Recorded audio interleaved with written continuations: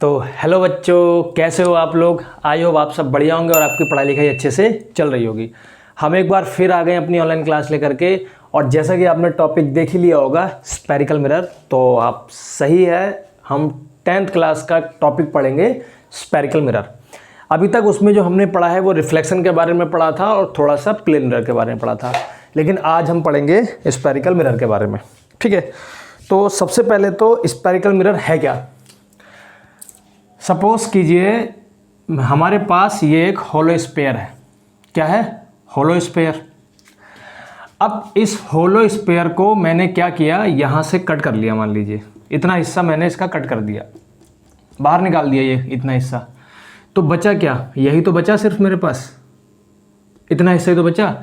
अब इस वाले हिस्से का यूज़ करके मैं मिरर बना सकता हूँ। ठीक है, मिरर मैंने आपको बताया था कि किसी भी सरफेस के पीछे क्या करते हैं, सिल्वर कोटिंग कर देते हैं, और सिल्वर कोटिंग के बाद उसके ऊपर से क्या कर देते हैं, पेंट कर देते हैं, जिससे कि ये पेंट हमारी सिल्वर कोटिंग को क्या करता है, प्रोटेक्ट करता है। उससे क्या बनता है, आपका मिरर बन जाता है। सिल्वर कोटिंग इसलिए करते हैं because silver is the one of the best reflector of light, इसीलिए हम सिल्वर का यूज़ करते हैं। तो जब स्फेरिकल मिरर को बनाएंगे तब भी हम क्या करेंगे, सिल्वर कोटिंग का यूज़ करेंगे। अब मान लीजिए ये वाला जो पार्ट जो मैंने कट करके निकाला है एक स्पेयर से, उसके मैं दो मिरर किस तरीके से बना सकता हूं वो देखिए।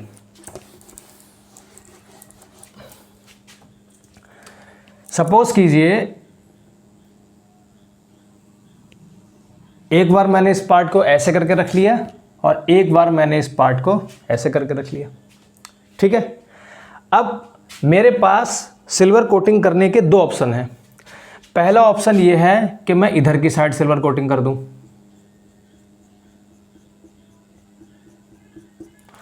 और दूसरा ऑप्शन ये है कि मैं इधर की साइड सिल्वर कोटिंग कर दूं।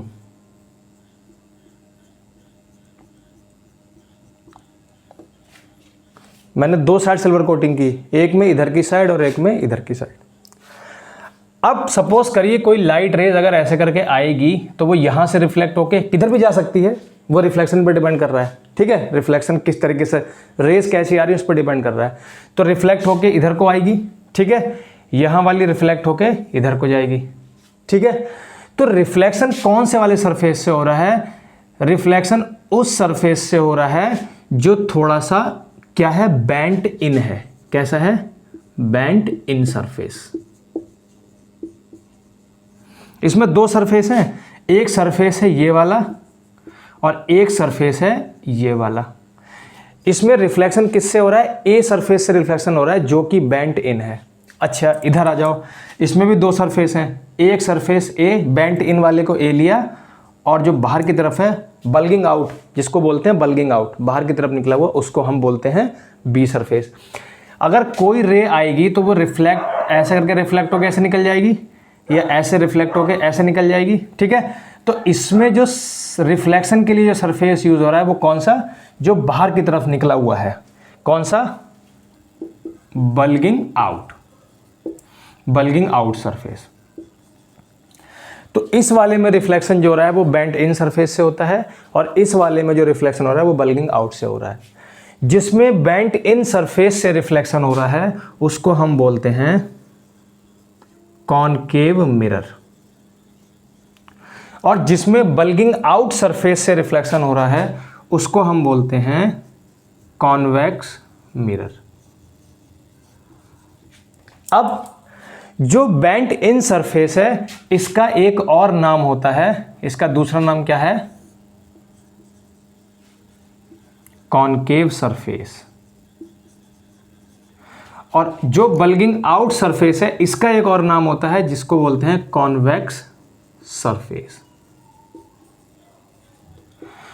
तो जिस मिरर में बेंट इन सरफेस या कॉनकेव सरफेस से रिफ्लेक्शन होता है उसको हम बोलते हैं कॉनकेव मिरर, और जिस मिरर में बल्गिंग आउट सरफेस या कॉन्वेक्स सरफेस से रिफ्लेक्शन होता है उसे हम बोलते हैं convex mirror.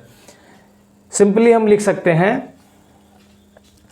The mirror in which the reflection takes place at the bent in और concave surface is called concave mirror. The mirror in which reflection takes place at the bulging out surface or convex surface is called the convex mirror. Simple? Clear? Now we have other name of these mirror also. The name is converging mirror, and we have also the name of the convex mirror is diverging mirror. Clear? अब why we call the converging mirror to the concave mirror and why we call the diverging mirror to the convex mirror?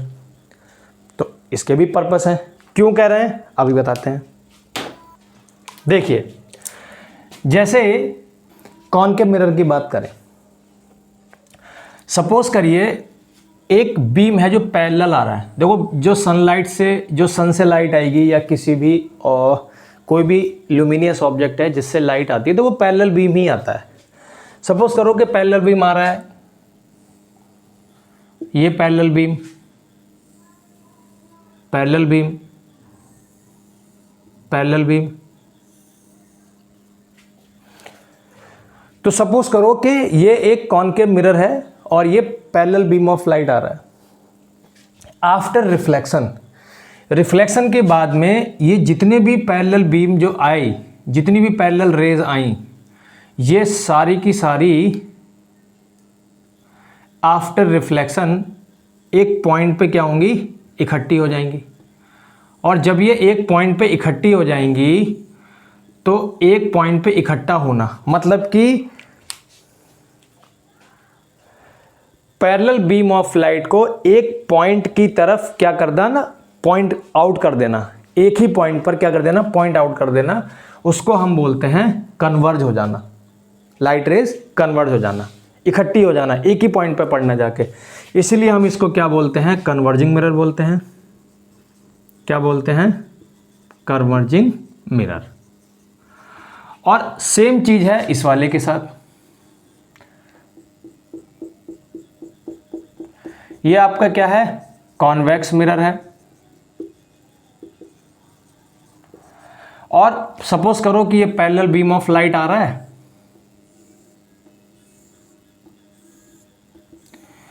अब ये क्या होगा, ये after reflection surface पे जाएगा, surface से reflect हो गए, ऐसे जाएगा, ऐसे जाएगा, ऐसे जाएगा, ऐसे, ऐसे और ऐसे। ये क्या हो गया, ये स्प्रेड आउट हो गया, फैल गया। उस वजह से इसको हम क्या बोलते हैं, डाइवर्जिंग मिरर। जो पैरेलल बीम ऑफ लाइट आता है उसको स्प्रेड आउट कर देना, फैला देना अलग अलग डायरेक्शन में, तो इसको हम क्या बोलते हैं, डाइवर्जिंग मिरर।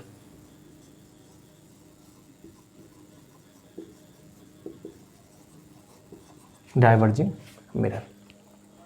ठीक है, क्लियर होगी बात। तो जो स्पेरिकल मिरर है वो आपको समझ में आ गया। Spherical mirror is the mirror in which we used a part of hollow sphere for the reflection is called the spherical mirror. There are the two type of the spherical mirror, concave mirror and convex mirror. Concave mirror is also called the converging mirror and the convex mirror is also called the diverging mirror. Clear है? Concave mirror में जो reflection होता है वो किस surface से होता है, बेंट इन से होता है, और कॉन्वेक्स वाले में वल्गिंग आउट सरफेस से रिफ्लेक्शन होता है। ये तो मिरर के बारे में है। ठीक, अब हम जो बात करते हैं वो बात करते हैं जैसे मिरर है, तो मिरर तो दो तरीके के हैं।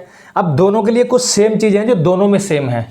जैसे प्रिंसिपल एक्सिस, ये दोनों मिरर के लिए सेम है। ठीक है, क्या है समझिए। मान लीजिए चाहे मेरा ये वाला स्पेरिकल मिरर मैंने लिया हो और चाहे मैंने ये वाला स्पेरिकल मिरर लिया हो, कोई सा भी मिरर ले लीजिए दोनों में से, क्योंकि दोनों के लिए प्रिंसिपल एक्सिस सेम ही चीज़ है। इस स्पेरिकल मिरर का जो सेंटर है ये, या इसका जो सेंटर है ये, इसको बोलते हैं पोल। क्या बोलते हैं? पोल। एक लाइन है जो स्ट्रेट लाइन है, पोल से होकर के जाती है। कोई लाइन है जो स्ट्रेट लाइन और पोल से होकर के जा रही है। अगर हम मिरर के साथ में इसका एंगल देखें तो 90 डिग्री मिरर के साथ ये एंगल बनाती है अपना। मिरर के साथ 90 डिग्री एंगल कैसे बना रही है बता दूंगा, कंफ्यूज मत होइए। तो ये वाली जो लाइन है जो पोल के मतलब पासेस थ्रू द पोल, जो पोल से होकर के जाए और मिरर के साथ 90 डिग्री का एंगल बनाए, उसको हम बोलते हैं प्रिंसिपल एक्सिस। मैं इसको पीए लिखूंगा, ठीक है। प्रिंसिपल एक्सिस बार बार लिखना थोड़ा दिक्कत रहती है। क्या है ये? Principal axis. अब कोई भी लाइन स्फेरिकल मिरर के साथ 90 डिग्री कैसे बना सकती है समझ लिए। मान लीजिए मेरे पास कोई ये स्पेयर था, इस स्पेयर को ही तो काट के मैंने क्या बनाया था? स्फेरिकल मिरर बनाया था। ये इसका पोल है। आपने मैथमेटिक्स में पढ़ा होगा कि टेंजेंट अगर हम किसी भी सर्कल का बनाएं या किसी भी स्फीयर का टेंजेंट बनाएं तो टेंजेंट क्या होगा? ऐसे तो जाएगा टेंजेंट। ये जो टेंजेंट है ये इस पॉइंट पर, ये जो पॉइंट है, ठीक है, पॉइंट ऑफ कांटेक्ट, वहां पर क्या बना रहा है? 90 डिग्री एंगल तो ही बनाता है रेडियस के साथ में, तो 90 डिग्री एंगल ही तो बनाएगा। एक हिसाब से ऐसी लाइन है जो इसके सेंटर से होकर के जाएगी, ठीक है। और ये क्या है आपका? यहाँ पर पॉइंट है जहाँ पर अगर आप टेंजेंट बनाएंगे तो वो 90 डिग्री आएगा। क्लियर है बात? ठीक। तो यहाँ पर आपको पोल और प्रिंसिपल एक्सिस ये मैंने बातें समझा दी, कॉमन है, ठीक है, दोनों के लिए ही कॉमन है ये बातें, ठीक। पहली चीज। दूसरा मैंने आपको पोल बता दिया, the centre of the spherical mirror is called the pole. अब इसमें एक नई चीज आती है, कर्वेचर। ये कर्वेचर क्या है देखिए, समझिएगा। दोनों के लिए सेम है कर्वेचर, अलग अलग नहीं है। सपोज करिए कि मेरे पास ये एक स्पेयर है, इस स्पेयर के मैंने कुछ पार्ट को काट दिया, अलग बाहर निकाल दिया। ये जो डॉट डॉट वाला पार्ट है इसको समझ लीजिए हमने हटा दिया है, बाहर निकाल दिया है। अब ये वाला जो पार्ट मेरा बचा, ये क्या बचा? स्फेरिकल मिरर ही तो बचा। कौन सा स्फेरिकल मिरर है ये? कॉन्वेक्स। ऐसे ही दूसरे के लिए भी बना लेता हूं मैं जल्दी से। इस बार मैंने इधर वाले पार्ट को बाहर निकाल दिया है काट के। तो अब ये जो पार्ट बचा मेरा, इस पे मैंने एक साइड क्या कर दिया? सिल्वर कोटिंग करके पेंट कर दिया। उससे मेरा एक ही मिरर बन गया। कौन सा मिरर बन गया? ये कॉनकेव मिरर। और ये कौन सा मिरर है? Convex mirror. क्लियर है बात? अब जिस स्पेयर को कट करके मैंने ये कॉन्वेक्स मिरर बनाया है, भाई किसी स्पेयर से कट करके बनाया ना, तो उस स्पेयर का एक सेंटर होगा कि नहीं होगा?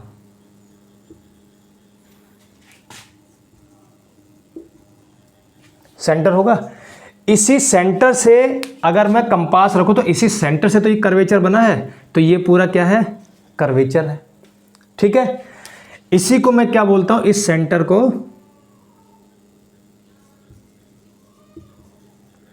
Centre of curvature. ये भी क्या है बेटा? Centre of curvature. क्लियर है बात? क्लियर है बात? ठीक है। अब इस सेंटर ऑफ कर्वेचर से एक लाइन ऐसे करके जा रही है जो पोल से होके जाती है।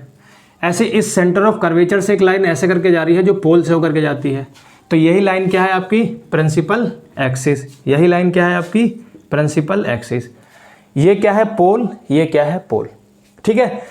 इस सेंटर से इस पोल के बीच की जो डिस्टेंस है ये क्या है? कैपिटल आर, जिसको हम बोलते हैं रेडियस ऑफ कर्वेचर।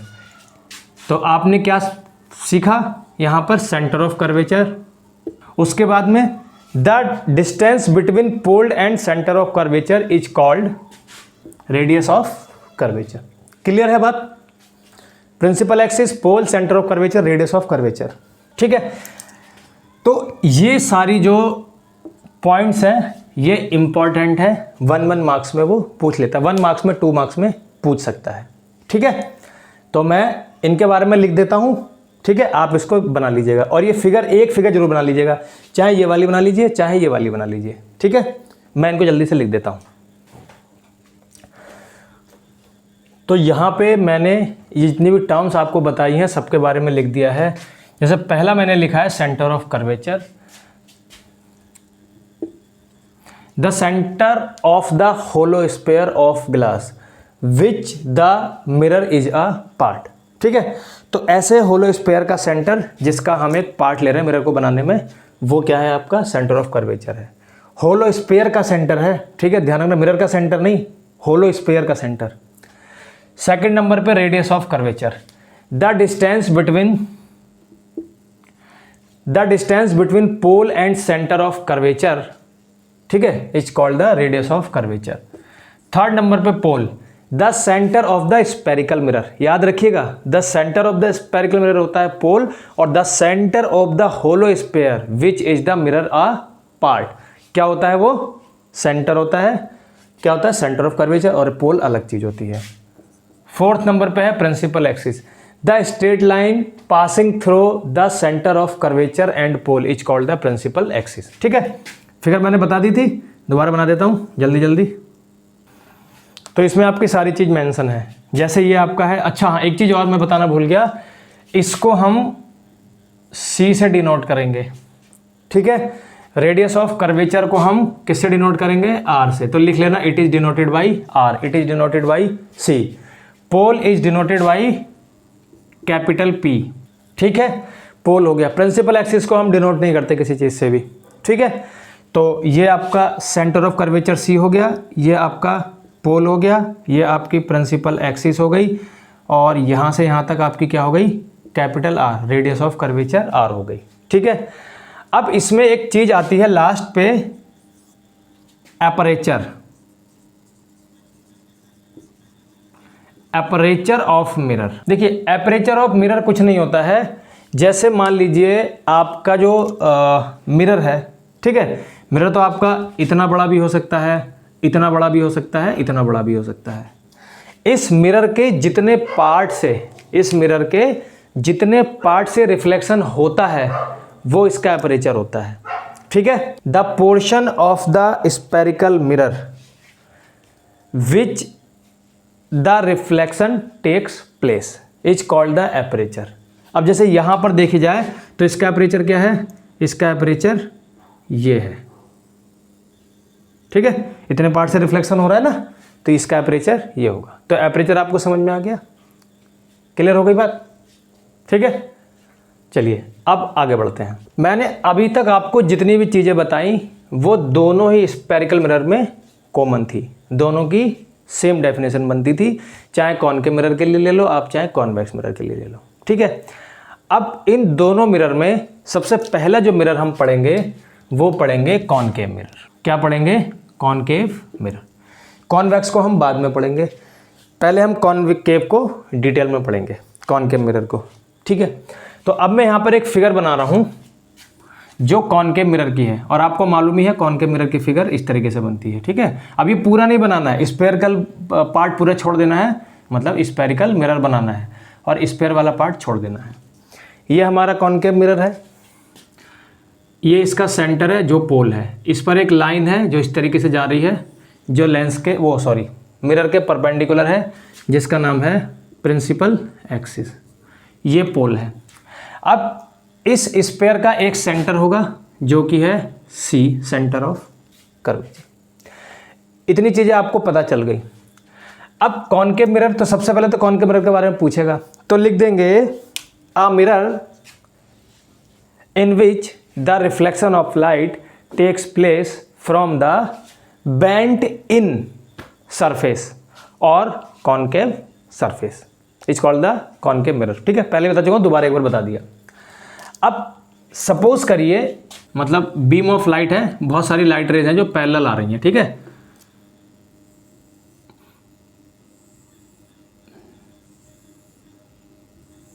पहली चीज पैरेलल है किसके, प्रिंसिपल एक्सिस के पैरेलल है। किसके एक्सिस है, प्रिंसिपल एक्सिस के पैरेलल है, और प्रिंसिपल एक्सिस के क्लोज है, यानी प्रिंसिपल एक्सिस के पास है। आफ्टर रिफ्लेक्शन ये एक पॉइंट पर क्या हो जाएंगी, कन्वर्ज कर जाएंगी, सारी की सारी उसी पॉइंट पर जाएंगी। जिस पॉइंट पर ये कन्वर्ज करके पहुंची उस पॉइंट को हम बोलते हैं प्रिंसिपल फोकस। तो प्रिंसिपल फोकस को हम F से डिनोट करते हैं। प्रिंसिपल फोकस की अगर हमें डेफिनेशन लिखना है तो हम लिखेंगे the principal focus is the point at the principal axis at which the parallel beam of light parallel to the principal axis and close to the principal axis converging after reflection by the concave mirror. By the concave mirror. Concave mirror के case में principal focus ये बनता है, convex के case में ऐसा नहीं है, कॉन्वेक्स का केस थोड़ा सा अलग है। तो अब जो भी हम पढ़ेंगे, चाहे वो प्रिंसिपल फोकस के बारे में पढ़ें, इसके जिस चीज़ के बारे में पढ़ेंगे वो सिर्फ कॉनकेव मिरर से ही रिलेटेड होगा। बाकी जो पीछे हमने पढ़ा है वो हमारा दोनों स्फेरिकल मिरर के लिए था। जो कॉमन चीज़ थी मैंने आपको बता दी, अब बार बार थोड़ी ना पढ़ाता, इसमें पढ़ाऊँ फिर उसमें भी पढ़ाऊँ, ठीक है। अब इसके लिए तो ये आपका क्या हो गया, प्रिंसिपल फोकस। प्रिंसिपल फोकस को हम F से डिनोट करते हैं, ठीक, क्लियर हो गई बात। चलिए अब अगर मैं सेंटर ऑफ कर्वेचर C से लेकर के पोल की डिस्टेंस को देखूं तो उसको हम लिखते हैं कैपिटल R, जो कि होता है radius of curvature. Radius of curvature क्यों बोलते हैं मैंने आपको बता दिया भाई, अगर यहाँ से यहाँ तक का मैं रेडियस लेकर बनाऊंगा तभी तो एक स्फीयर बनेगा, और उसी स्फीयर में से हमने काट के अपना ये मिरर बनाया है। तो रेडियस ऑफ कर्वेचर समझ में आ गया, पोल से सेंटर ऑफ कर्वेचर के बीच की डिस्टेंस। अब वहीं पर अगर मैं प्रिंसिपल फोकस और पोल के बीच की डिस्टेंस को लिखना चाहूँगा तो इसको हम बोलेंगे स्मॉल f। स्मॉल f किसके लिए है, focal length. The means of the focal length is the distance of f from the pole. ठीक है, क्लियर हो गई बात, कोई कंफ्यूजन नहीं इतने में, ठीक। इसको हम स्मॉल f से डिनोट करते हैं और प्रिंसिपल फोकस को कैपिटल F से डिनोट करते हैं, तो कंफ्यूज मत होना, ठीक है, पहली चीज। दूसरी चीज, P और C के बीच का डिस्टेंस जो R होता है, रेडियस ऑफ कर्वेचर, वो हमेशा कैसे बनेगा, देखो जितनी डिस्टेंस P से F के बीच की होगी उतनी ही डिस्टेंस आगे F और C में होगी। तो हमारा जो रेडियस ऑफ कर्वेचर है वो F प्लस F दो फोकल लेंथ से मिलकर बनेगा। एक फोकल लेंथ ये वाली, यहाँ से यहाँ तक की डिस्टेंस फोकल लेंथ, और उतनी डिस्टेंस आगे। तो कितनी फोकल लेंथ चाहिए, दो फोकल लेंथ की डिस्टेंस चाहिए, यानी कि R is equal to 2F। ये रिलेशन है, इससे रिलेटेड कभी कभी क्वेश्चन भी पूछ लेता है एक नंबर में, ठीक है, MCQs में आ जाता है। तो R is equal to 2F। यहीं से अगर मैं F की वैल्यू फाइंड करना चाहूँ तो F is equal to R upon, तो अगर आपको फोकल लेंथ की वैल्यू दे रखी है और रेडियस ऑफ कर्वेचर पूछ रहा है तो आप मल्टीप्लाई बाई 2 कर देंगे, फोकल लेंथ में रेडियस ऑफ कर्वेचर आ जाएगा।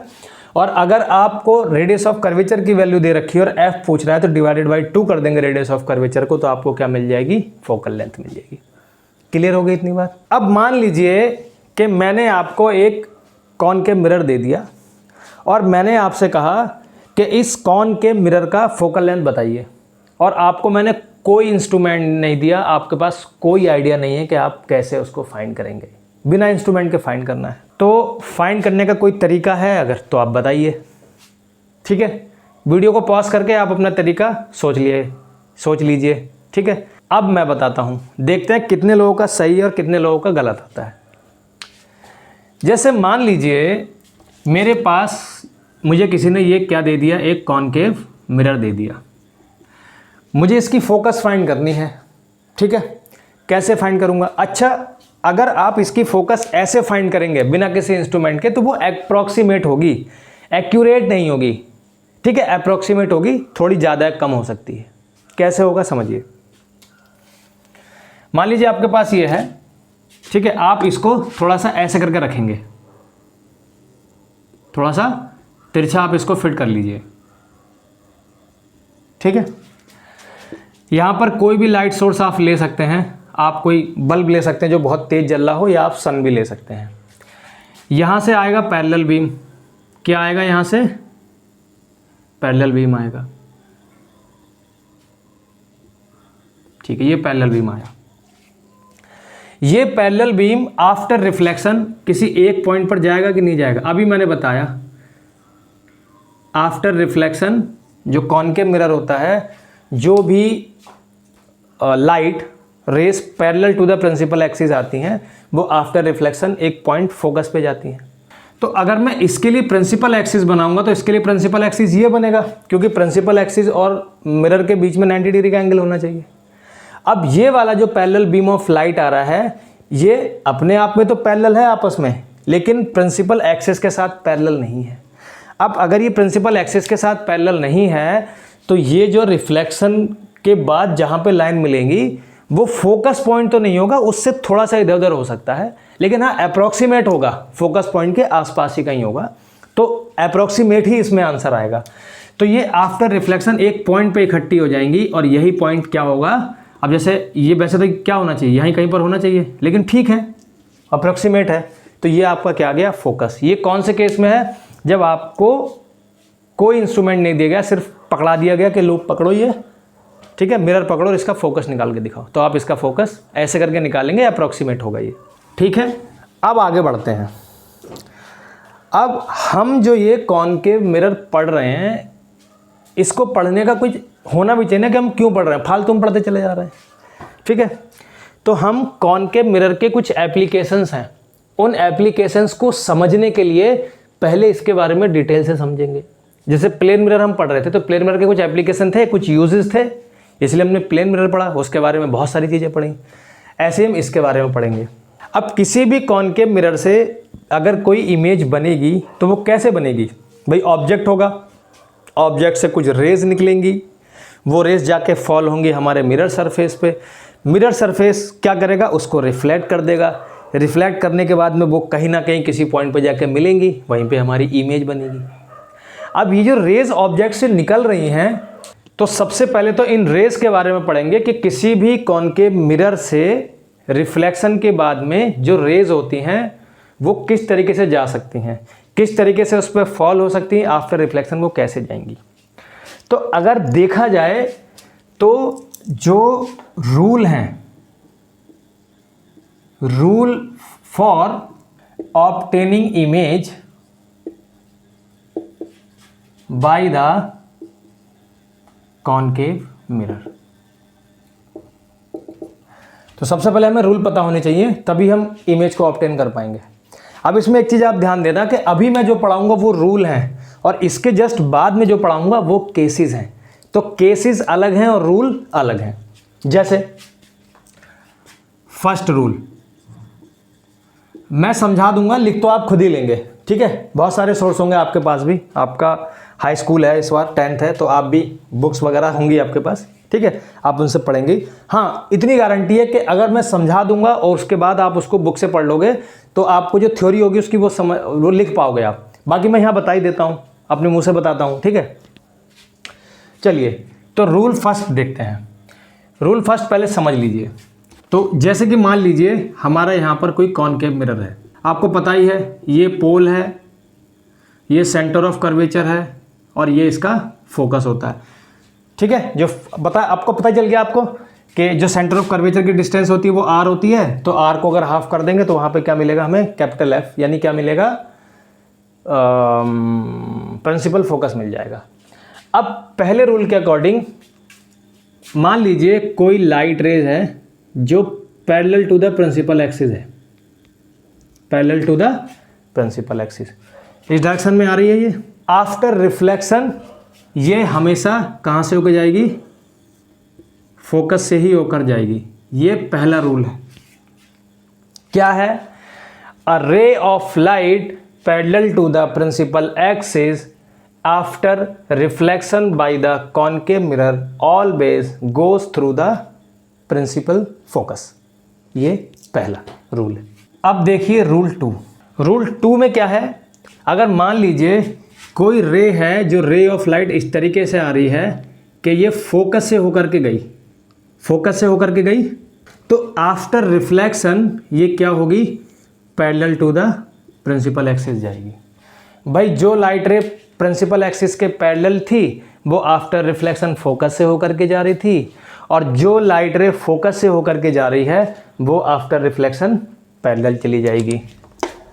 वो आफ्टर रिफ्लेक्शन क्या होगा, पैरेलल चली जाएगी। ठीक है, ये रूल नंबर 2 है।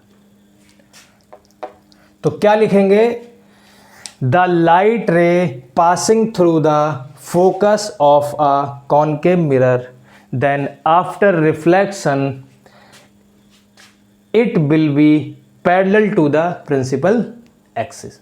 क्लियर हो गई बात। अब रूल नंबर 3 पर आ जाइए। रूल नंबर 3 क्या है, जैसे रूल नंबर 2 में हमने पढ़ा कि कोई लाइट रे फोकस से होकर के जा रही थी। अगर कोई ऐसी लाइट रे है जो सेंटर ऑफ कर्वेचर से होके जाए, किससे, सेंटर ऑफ कर्वेचर से, तो आफ्टर रिफ्लेक्शन ये जिस पाथ से आई थी उसी पाथ पर, बिल्कुल सेम पाथ पर वापस चली जाएगी, यानी कि सेंटर ऑफ कर्वेचर से ही होती हुई ये वापस चली जाएगी। ठीक है, इसका रीज़न भी है। क्या रीज़न है, ध्यान से समझिएगा। जैसे ये आपका क्या है, अगर मैं इस मिरर से एक पूरा स्पेयर, मतलब ये स्पेयर बनेगा ऐसे करके, और ये इस स्पेयर का क्या है, सेंटर है, सेंटर है। अच्छा, अब जो सेंटर होता है, अगर उससे यहाँ पर मैं एक टेंजेंट बना लूँ और ये लाइन खींच लूँ, तो ये क्या होगी, radius of curvature. Radius of curvature tangent पर 90 डिग्री का एंगल बनाती है। अब अगर 90 डिग्री का एंगल बना रही है तो ये वाली जो लाइन है ये इस पर 90 डिग्री एंगल बना रही है, मतलब कि ये वाली लाइन मिरर के साथ भी 90 डिग्री एंगल बनाएगी। और अगर कोई भी, पिछली क्लासेस में मैंने पढ़ाया है कि अगर कोई भी light ray along to the normal आ जाए, भाई मिरर सरफेस के साथ 90 डिग्री एंगल कौन सी लाइन बनाती है, नॉर्मल लाइन ही बनाती है ना। तो अगर कोई भी लाइट रे नॉर्मल के अलोंग आ जाए तो वो आफ्टर रिफ्लेक्शन उसी पाथ पे वापस चली जाती है। ये मैंने प्लेन मिरर वाले कॉन्सेप्ट में बताया था। तो यहाँ पर प्लेन मिरर का ये वाला कॉन्सेप्ट यूज़ होता है, क्योंकि हमारा जो स्फेरिकल मिरर है, भाई अगर हम एक चीज़ सोचो, जैसे सर्किल है, सर्किल को हम कई सारी लाइन से बना सकते हैं ना, कई सारी लाइन से बनाएंगे। जैसे एक लाइन ये ले ली, एक ये ले ली, एक ये ले ली, एक ये ले ली, एक, अब देखो ये कर्व बन गया नहीं बन गया, तो ऐसी सर्कल बन जाएगा। ऐसे ही जो स्पेयर होता है वो कई सारे प्लेन से मिलकर बना होता है। कई सारे प्लेन को हम इस तरीके से रखते हैं कि बिल्कुल वो क्या बन जाता है, स्पेयर मिल जाता है। तो यहाँ पर एक प्लेन ऐसा है जो इस वाली लाइन पर 90 डिग्री का एंगल बना रहा है। तो ये वाली जो लाइन है, जो लाइट रे है, जो सेंटर ऑफ कर्वेचर से होकर के जा रही थी, ये असल में along to the normal line जा रही है। इसीलिए ये आफ्टर रिफ्लेक्शन सी से ही वापस चलेगी, जिस पाथ पे आई थी उसी पाथ पे वापस चली गई। ठीक है, आई होप आपको क्लियर हो गया होगा। तो इसके लिए आप लिखोगे a light ray passing through the centre of the curvature of a spherical mirror, of a concave spherical mirror, then it is back to the same path after reflection. Clear होगी बात। अब आ जाइए रूल नंबर 4 पर। Rule number 4 क्या है, मान लीजिए कोई लाइट रे इस तरीके से आई कि वो सीधी आके पोल पे गिरी, सीधी आकर के पोल पे गिरी। अब अगर इस पोल को आप देखो तो ये पोल क्या हो गया, इंसिडेंट पॉइंट हो गया। और अगर आप इस पर देखें तो ये मिरर क्या होगा, यहाँ पर 90 डिग्री बनाएगा इसके साथ। ये प्रिंसिपल एक्सिस क्या हो गई, एज अ नॉर्मल लाइन काम करेगी। अब ये वाला जो एंगल है आई, ये क्या है, angle of incidence. Angle of incidence क्या होता है, the angle between incident ray and normal. After reflection जब ये जाएगी रिफ्लेक्ट होके तो ये क्या एंगल बनाएगा, एंगल ऑफ रिफ्लेक्शन। यहां पर I is equal to R हो जाएगा। रिफ्लेक्शन का लॉ फॉलो होगा फर्स्ट वाला। ठीक है, तो यहां पर ये जो है जिस एंगल से आई थी उसी एंगल पे रिफ्लेक्शन होके दूसरी तरफ चली जाएगी। ये 4 लॉ हैं, ये चारों लॉज आपको याद रखने हैं, क्योंकि अब हम जो पढ़ेंगे केस पढ़ेंगे और उन केस में इन चारों का बहुत ज़्यादा इंपॉर्टेंस है। अगर ये आपको नहीं पता होंगे तो आप वो केसेस नहीं बना सकते। ठीक है, अब देखिए जैसा कि मैंने हेडिंग डाला है, formation of the different type of image by the concave mirror. अब जो कॉनकेव मिरर है उससे डिफरेंट टाइप की इमेजेस बनती हैं। अब ये जो डिफरेंट टाइप की इमेजेस जो हैं असल में ये डिपेंड करता है उनकी पोजीशन पर कि वो बन कहाँ पे रही हैं। अगर कॉनकेव मिरर के रिस्पेक्ट में आप देखोगे तो कॉनकेव मिरर के रिस्पेक्ट में वो कहाँ बन रही है। जैसे ये कॉनकेव मिरर है। अब कॉनकेव मिरर में सबसे पहले मान लीजिए आपने ऑब्जेक्ट को रखा इन्फिनिटी पर। अब फिजिक्स की सबसे अच्छी बात यह है कि अगर एक कंसिडरेबल डिस्टेंस भी आप ले रहे हो ना, कंसिडरेबल डिस्टेंस को भी आप इन्फिनिटी ले सकते हो। मैथ में ऐसा नहीं है, मैथ में इन्फिनिटी का मतलब इन्फिनिटी होता है, लेकिन फिजिक्स में आप ये डिस्टेंस को भी आप इन्फिनिटी ले सकते हो। कंसिडरेबल डिस्टेंस होनी चाहिए, ठीक है। तो जैसे पहला केस है कि अगर ऑब्जेक्ट इन्फिनिटी पर है, अभी मैं बता रहा हूं, अभी बना के नहीं दिखा रहा हूं, अभी सिर्फ बता रहा हूं कि अगर ऑब्जेक्ट इन्फिनिटी पर है तो मैं यहां पर लिख देता हूं ऑब्जेक्ट, और यहां पर मैं लिख देता हूं इमेज। अब इमेज के कई सारे फैक्टर्स हैं, ठीक है। जैसे इमेज का पहला फैक्टर है उसकी पोजीशन क्या है, दूसरा फैक्टर है उसका साइज कैसा है। जैसे प्लेन मिरर में आपने पढ़ा था कि सेम साइज की बनती थी, यहाँ पर सेम साइज की बन रही है, नहीं बन रही है, या छोटी बन रही है, डायमिनाइज है मतलब छोटी, या फिर इनलार्ज है या बड़ी, ठीक है, साइज। दूसरा उसका नेचर। जैसे प्लेन मिरर के केस में वर्चुअल और इरेक्ट बनती थी। वर्चुअल पता ही है क्या थी, और इरेक्ट मतलब सेम साइड अप, ठीक है। अगर इमेज का ये हिस्सा आपको ऊपर दिख रहा है तो सॉरी, अगर ऑब्जेक्ट का ये हिस्सा आपको ऊपर दिख रहा है तो इमेज का भी ये हिस्सा आपको ऊपर दिखेगा, इसी को बोलते हैं इरेक्ट होना, ठीक है। इन्वर्टेड मतलब ऑब्जेक्ट ऐसा है और इमेज ऐसी बन रही है, तो ये इन्वर्टेड है। तो इसमें जो इमेज के 3 फैक्टर हैं, पोजीशन, साइज और नेचर। सबसे पहली चीज़ ये है कि ऑब्जेक्ट हमारा कहाँ रखा हो सकता है, इन्फिनिटी पर रखा हो सकता है। तो ऑब्जेक्ट की पोजीशन क्या है कि वो इन्फिनिटी पर है। जब ऑब्जेक्ट इन्फिनिटी पर होगा तो इमेज कहाँ बनेगी, जब ऑब्जेक्ट इन्फिनिटी पर होता है तो इमेज आपकी बनती है फोकस पर। तो पहला केस ये है कि ऑब्जेक्ट की पोजीशन इन्फिनिटी और इमेज की पोजीशन फोकस। तो इसकी पोजीशन कहाँ पर हो गई, फोकस पर। क्या लिखेंगे, एट एफ, पहली चीज। दूसरी चीज इसका साइज। इसका साइज जो होता है बहुत छोटा बनता है। कैसा होता है, डिमिनाइज्ड या डायमिनाइज्ड, जो बोलना चाहो वो बोल दो।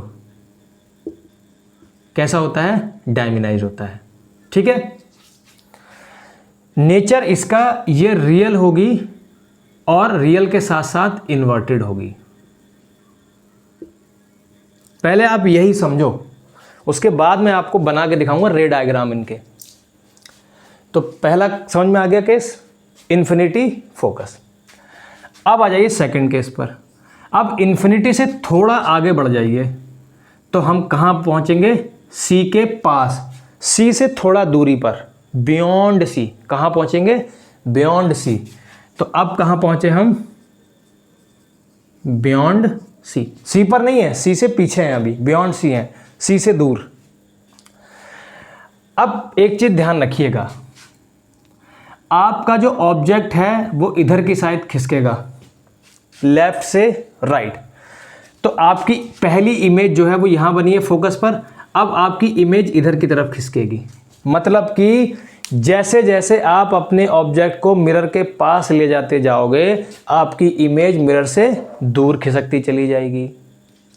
तो जैसा ही आप मिरर के थोड़ा सा पास पहुँचना चाहोगे तो आपका जो इमेज था वो पीछे खिसका। कहाँ खिसका, पहले एफ पे था, अब एफ और सी के बीच में कहीं बनेगा।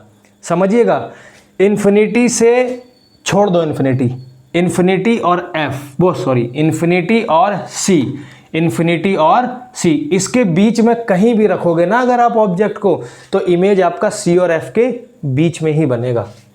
तो कहाँ बनेगा, बिटवीन सी एंड एफ। सही। ये वाला जो पहले वाले में बन रहा था, ये बन रहा था हाईली डायमिनाइज्ड, अब बनेगा डायमिनाइज्ड। कैसा बनेगा, डायमिनाइज्ड। कैसा बनेगा, diminished. Real and inverted, real and inverted ही बनेगा। नीचे को बनेगा, रियल बनेगा, और इन्वर्टेड मतलब नीचे की तरफ बनेगा। अभी बना के दिखा दूंगा, पहले आप इसको समझिए। थोड़ा सा आगे और बढ़ेंगे तो अब आप कहाँ पहुँच जाएंगे, पहले इन्फिनिटी पर थे, फिर यहाँ पहुँचे सी के पास, अब आप कहाँ पहुँच गए, सी पर पहुँच गए। कहाँ पहुँच गए, एट सी। पहले आपका इमेज, पहले वाले केस में आपका जो इमेज था वो कहाँ बनना था, फोकस पे बनना था, फिर सी और एफ के बीच में कहीं बना, अब कहाँ बनेगा, सी पर बनेगा। तो जब आपका ऑब्जेक्ट सी पर रखा है तो इमेज भी सी पर ही बनेगा। तो इमेज कहाँ पर बनेगा, एट सी। कैसा बनेगा, सेम साइज। मतलब कि आप समझिए, जैसे जैसे आपका ऑब्जेक्ट मिरर की तरफ जा रहा है वैसे वैसे आपका इमेज मिरर से दूर होता चला जा रहा है, पहली चीज़। दूसरी चीज़, पहले वाले केस में इन्फिनिटी पर रखा था तो जो इमेज का साइज था वो छोटा था, बहुत छोटा, फिर थोड़ा बड़ा हुआ, फिर सेम हो गया। मतलब कि ये लगातार इंक्रीज कर रहा है। मतलब कि अगर आपका ऑब्जेक्ट मिरर की तरफ जा रहा है तो आपका इमेज मिरर से दूर जा रहा है और उसका साइज इंक्रीज होता चला जा रहा है। क्लियर हो गई बात। कैसा बनेगा जी, रियल एंड इन्वर्टेड। क्लियर है। आगे आ जाइए फोर्थ पर। अभी आप कहाँ थे, सी पर थे। अब थोड़ा सा और आगे बढ़ेंगे तो कहाँ पहुँचेंगे, सी और एफ के बीच में कहीं भी। सी छोड़ दो, एफ छोड़ दो, अब इनके बीच में कहीं भी ऑब्जेक्ट को रखना है तो क्या लिखेंगे, बिटवीन सी एंड एफ। जब बिटवीन सी एंड एफ आप रख रहे हैं, जब बिटवीन सी एंड एफ आप रख रहे हैं तो आपका इमेज कहाँ बन रहा है। अब सी पर रख रहे थे तो सी पर बन रहा था, सी से आगे बढ़ोगे मिरर की तरफ तो इमेज मिरर से दूर जाएगा, कहाँ पहुँचेगा, बियॉन्ड सी। कहाँ पहुँचेगा, बियॉन्ड सी। क्लियर है।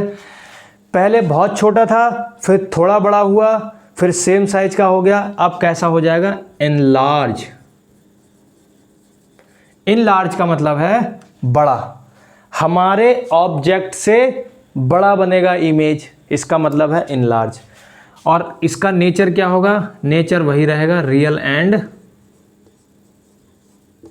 इन्वर्टेड। क्लियर हो गई बात, कोई दिक्कत, ठीक। अब नेक्स्ट केस पर आ जाइए, case number 5।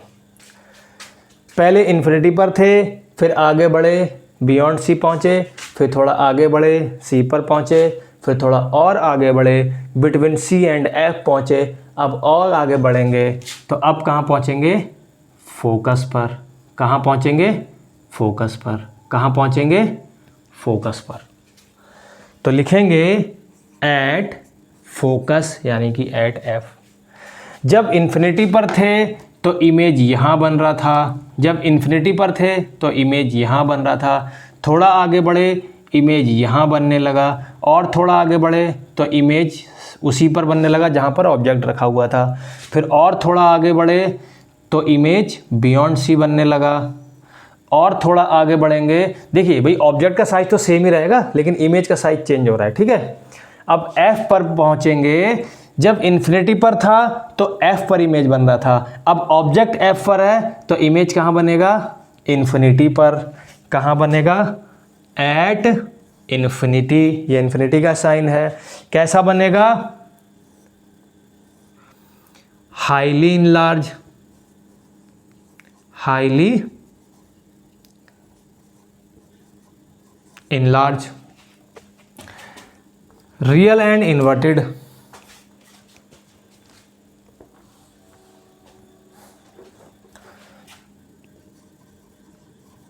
Real and inverted. अब देखो, ये जो मैंने बनाया ऐसा ही है भाई। देखो, आपका ऑब्जेक्ट का साइज तो सेम है लेकिन इमेज का साइज क्या हो रहा है, बढ़ रहा है, ठीक है। अब इसमें एक लास्ट केस रह गया, केस नंबर 6। क्या है केस नंबर 6? यहाँ से यहाँ आए, यहाँ से यहाँ आए, यहाँ से यहाँ आए, यहाँ से यहाँ आए, अब यहाँ से पहुँचेंगे कहाँ, F और P के बीच में। क्योंकि ये तो पॉसिबल है ही नहीं कि हमारा जो ऑब्जेक्ट है वो हम पोल पे रख दें। भाई मिरर के सेंटर पे तो नहीं रख सकते ना, कहाँ रख सकते हैं, फोकस और P के बीच में रख सकते हैं। तो लिखेंगे बिटवीन P एंड F, यानी कि पोल एंड फोकस। अब जब पोल एंड फोकस पे रखोगे, अब हमारे पास क्या केस था भाई, ऑब्जेक्ट को इन्फिनिटी पर रख सकते थे मैक्सिमम, ठीक है। अब इमेज मिलते मिलते हमें एक ऐसा केस मिल गया कि हमारा जो इमेज था वो कहाँ मिल गया, इन्फिनिटी पर मिल गया। अब इन्फिनिटी से आगे तो हमें इमेज नहीं मिल सकती, कहाँ मिलेगी, पीछे मिलेगी। जैसा प्लेन मिरर में मिलती थी मिरर के पीछे, वैसे यहाँ पर भी एक केस ऐसा आएगा जब हमारा object between P and F रखा होगा तो उसकी जो इमेज है वो पीछे की तरफ मिलेगी। और कैसी मिलेगी, वर्चुअल। मैं पहले ही बता चुका हूँ अपनी क्लासेस में कि अगर कोई भी इमेज मिरर में पीछे की तरफ मिल जाती है, मिरर से पीछे की तरफ, तो वो कैसी होती है, वर्चुअल होती है और इरेक्ट होती है। ऑब्जेक्ट भी ऐसा रखा हुआ है और इमेज भी ऐसा आया सीधा, तो कहाँ मिली,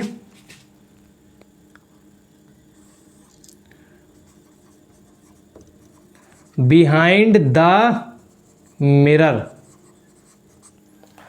कैसे मिली, एनलार्ज। कैसे मिली, वर्चुअल एंड इरेक्ट। कैसे मिली, वर्चुअल एंड इरेक्ट। ये 6 केसेस हैं। इससे पहले जो पढ़ाए थे वो रूल थे, ये क्या हैं, केसेस हैं। उन चारों रूल्स का यूज़ हम यहाँ करेंगे इन केसेस को ड्राइव करने में, पहली चीज़। दूसरी चीज़, जब हम इन्फिनिटी पर ऑब्जेक्ट को रखेंगे तो हम कभी भी इसकी जो प्रिंसिपल एक्सिस है उस प्रिंसिपल एक्सिस पे नहीं रखेंगे, प्रिंसिपल एक्सिस से हटा के रखेंगे। क्यों रखेंगे, उसका रीज़न है। क्या रीज़न है, अगर मान लीजिए ये आपका कॉनकेव मिरर है, ठीक है जी, ये इसकी पोल है, ये फोकस है, ये सेंटर ऑफ कर्वेचर है। आपने इन्फिनिटी पर रख दिया और कहाँ रख दिया, प्रिंसिपल एक्सिस पर रख दिया। यहाँ से एक रे ऐसे करके जाएगी जो फोकस से होती हुई जाएगी, ठीक है। एक रे ऐसी होगी जो सी से होकर के जाएगी, ठीक है। तो इस केस में आपको जो इमेज होगा वो इमेज आपको मिलेगा ही नहीं, वो मिलेगा ही नहीं ठीक तरीके से। जबकि इन्फिनिटी वाले केस में इमेज कहाँ मिलता है, फोकस पे मिलता है, ठीक है। क्योंकि जो लाइट रे इन्फिनिटी से आ रही हैं वो सारी की सारी कन्वर्ज होकर कहाँ जाएंगी, फोकस पे ही तो जाएंगी। क्या यहाँ पर ये रेस फोकस पे कट कर रही है, भाई एक रे ऐसे करके गई और रिफ्लेक्ट होकर ऐसे चली गई, एक रे सी से गई और वापिस होके सी पर ही चली गई। भाई यही तो होगा, डायरेक्शन यही तो होगा। देखो सी वाली का ऐसे करके डायरेक्शन होगा और आफ्टर रिफ्लेक्शन ये वापस चली जाएंगी वापस। देखो तो कहाँ, फोकस पे। इमेज हमें फोकस पे मिल ही नहीं रहा, जबकि इमेज हमें कहाँ मिलना चाहिए, इन्फिनिटी पर अगर ऑब्जेक्ट है तो इमेज उसका फोकस पे मिलना चाहिए। इमेज हमें फोकस पे नहीं मिल रहा, इसीलिए क्या करा गया, इससे बचने के लिए, ये गड़बड़ ना हो, इससे बचने के लिए ऑब्जेक्ट को थोड़ा सा प्रिंसिपल एक्सिस से हटा के रखा गया। ये पूछता है, ये पूछ लेता है, ठीक है। अभी क्वेश्चन कराऊंगा आगे, जब सीरीज कराऊंगा क्वेश्चन आंसर की, तो उसमें पूछेगा, तो ये पूछ लेता है, इसीलिए हम इसको हटा के रखते हैं, ठीक है। जब ऑब्जेक्ट यहाँ रखते हैं तो इमेज F पर मिलता है, जब ऑब्जेक्ट F पर आता है तो इमेज हमें इस तरीके से मिलता है, साइड से हट के मिलता है। तो ये जो फिगर मैंने बनाई है ये बिल्कुल करेक्ट फिगर है। ऐसे ही आपको इसका स्क्रीनशॉट ले लीजिए या फिर आप इसको क्या करिए, आप इसको लिख लीजिए, ठीक है। तो आपको याद असल में क्या रखना है, याद आपको ये रखना है। मैं एक बार फिर से आपको समझा दे रहा हूं, बहुत ही सिंपल है, इसमें कुछ है नहीं। आप अगर इसको रट लेंगे, देखो आपको ये भाई याद तो करना ही पड़ेगा ठीक है। हाँ, इसकी गारंटी मैं दे रहा हूँ, अगर आपने इसको कर लिया तो आपका इससे रिलेटेड कोई भी क्वेश्चन आएगा इस टॉपिक से तो आप उसको गलत नहीं कर पाओगे, आपसे होगा ही नहीं गलत, आप उसको सही करके आओगे। और अगर आपने इनको अच्छे से पढ़ लिया ना तो आगे जो हम लेंस पढ़ेंगे, लेंसेज में फिर तो आप ऐसे ऐसे चुटकियों में कर दोगे सारे केसेस, अगर ये वाले आपने पढ़ लिए तो। ठीक है, देखो बहुत सिंपल था। सबसे पहले इन्फिनिटी, उसके बाद हमारा ऑब्जेक्ट कहाँ पहुँचा, बियॉन्ड सी, उसके बाद कहाँ पहुँचा, सी, उसके बाद कहाँ पहुँचा, बिटवीन सी एंड एफ, उसके बाद कहाँ पहुँचा, एफ, और उसके बाद कहाँ पहुँचा, between pole and F, pole and F. देखो आपका जो ऑब्जेक्ट है उसका साइज हमेशा सेम ही रहेगा, सेम ही ऑब्जेक्ट है ना, वही सेम यूज़ कर रहे हैं। जब इन्फिनिटी पर था तो इसका इमेज कहाँ बनेगा, फोकस पे बनेगा, कहाँ बनेगा, फोकस पे बनेगा, और हाईली डायमिनस बनेगा, बहुत छोटा बनेगा। फिर जैसे जैसे आप बियॉन्ड सी पहुँचोगे तो आपका जो इमेज है वो कहाँ बनेगा, बिटवीन सी एंड एफ बनेगा, ऑब्जेक्ट से छोटा रहेगा लेकिन पिछली वाली इमेज से बड़ा इमेज बनेगा।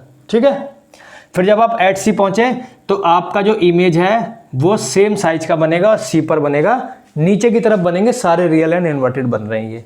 उसके बाद जब आप बिटवीन सी एंड एफ पहुँचे तो आपका ऑब्जेक्ट कहाँ पहुँचेगा, बियॉन्ड सी पहुँचेगा, और इस बार जो है ऑब्जेक्ट से बड़ा इमेज हो जाएगा। फिर जब आप F पर पहुंचोगे तो आपका जो ऑब्जेक्ट बनेगा वो कहाँ बनेगा, इन्फिनिटी पर बनेगा, और पिछले वाली इमेज से बड़ा बनेगा, हर बार पिछली इमेज से बड़ा बनता चला जाएगा। और जब आप बिटवीन P एंड F पहुंचेंगे तो आपका इमेज कहाँ बनेगा, बिहाइंड द मिरर बनेगा, बहुत बड़ा बनेगा, और कैसा बनेगा, वर्चुअल एंड इरेक्ट। तो ये वाली जो सारी इमेज बनेंगी ये सारी कैसी बनेंगी, रियल एंड इन्वर्टेड, और ये वाली जो इमेज बनेगी ये कैसी बनेगी, वर्चुअल एंड इरेक्ट बनेगी। क्लियर है, बस यही केसेस हैं, ये इसकी क्या है, टेबल है। अब आप क्या करेंगे, आप इस टेबल को पहले अच्छे से पढ़ लेंगे। अगर आपको ये टेबल अच्छे से पढ़ लोगे, टेबल आपको याद हो जाएगी, तो अब जब आप इसके जो केसेस होंगे, अब आप इसको केसेस बना के दिखाने पड़ेंगे ना, रे डायग्राम बना के दिखाने पड़ेंगे, तो वो रे डायग्राम बनाने में आपको दिक्कत नहीं होगी। ठीक है, तो नेक्स्ट वीडियो में हम क्या पढ़ेंगे, इसके रे डायग्राम पढ़ेंगे, और रे डायग्राम के साथ साथ हम जो कॉनकेव मिरर है इसके यूजेस, इसके यूज़ क्या हैं, हमने पढ़ा है तो इसके कुछ ना कुछ तो यूज़ होंगे ही, क्योंकि हम जो भी चीज़ पढ़ते हैं, जो भी चीज़ हम फिजिक्स में पढ़ रहे हैं उनका कुछ ना कुछ तो एप्लीकेशन होता ही है, बिना एप्लीकेशन के तो बेकार है भाई। साइंस एंड टेक्नोलॉजी का मतलब ही यही है। साइंस क्या है, जो लॉ हैं उनके बारे में जानना, और टेक्नोलॉजी क्या है, उन लॉज को उठा के उनका एप्लीकेशन यूज़ करना, उनको यूज़ कैसे कर रहे हो, वही तो टेक्नोलॉजी है ना भाई। मोबाइल है, हम बोलते हैं क्या टेक्नोलॉजी यूज़ करी गई है, वो टेक्नोलॉजी क्या है, असल में वो साइंस है, साइंस के लॉज हैं, जो लॉज हमने पढ़े हैं वही लॉज उठा के हम यूज़ कर रहे हैं एज ए एप्लीकेशन, तो वो टेक्नोलॉजी। क्लियर हो गई बात। तो आई होप आपको स्पेरिकल मिरर में पहले मैंने कुछ कॉमन चीज़ें बताई थी जो दोनों मिरर के लिए थी, कॉन्वेक्स के लिए भी और कॉनकेव के लिए भी। उसके बाद में मैंने कॉनकेव स्टार्ट किया, तो मैंने कॉनकेव का आपको क्या बताया, प्रिंसिपल फोकस बताया। ठीक है, जो कि कॉन्वेक्स के लिए अलग होता है और कॉनकेव के लिए अलग होता है, तो मैंने आपको कॉनकेव का बताया। उसके बाद मैंने इसके रूल बताए, 4 रूल थे, और आपको ये सारे केसेस बता दिए। ठीक है, इसमें शुरू के 5 केसेस, देखो आपकी बुक में हो सकता है यहाँ से स्टार्ट करें केस फर्स्ट, केस 2, 3, 4, 5, 6, हमने यहाँ से स्टार्ट करे हैं। ठीक है, इन्फिनिटी से, वो राइट से स्टार्ट करना है, हमने लेफ्ट से स्टार्ट करे हैं। तो शुरू के जो ये वाले केस हैं हमारे अकॉर्डिंग, इनमें इमेज रियल इन्वर्टेड और रियल, मतलब इमेज जो है वो रियल और इन्वर्टेड बनेगी, और लास्ट वाला जो केस है ये बिटवीन P एंड F, इसमें रियल इमेज कैसी बनेगी, वर्चुअल एंड इरेक्ट बनेगी। ठीक है, तो आई होप वीडियो काफ़ी लंबा हो गया है, ज़्यादा लंबा बनाएंगे तो फिर आपको बोरियत होगी। ठीक है, इसके केस और यूजेस हम कल देख लेंगे। उसके बाद हम कॉनकेव मिरर की एक्सरसाइज देखेंगे, पूरी कॉनकेव मिरर से रिलेटेड सारी के साथ जितने क्वेश्चन कवर कर सकते हैं वो सारे कवर कर लेंगे। ठीक है, अब जैसा कि आपको पता ही है कि मैं हमेशा अपना वीडियो रात को बनाता हूं, तो अगले वीडियो तक आपको गुड नाइट, शुभ रात्रि, सब्बा खैर, सत श्री अकाल, बेस्ट ऑफ लक। पढ़ते रहिए, मेहनत करते रहिए। अब मिलेंगे अगले वीडियो में।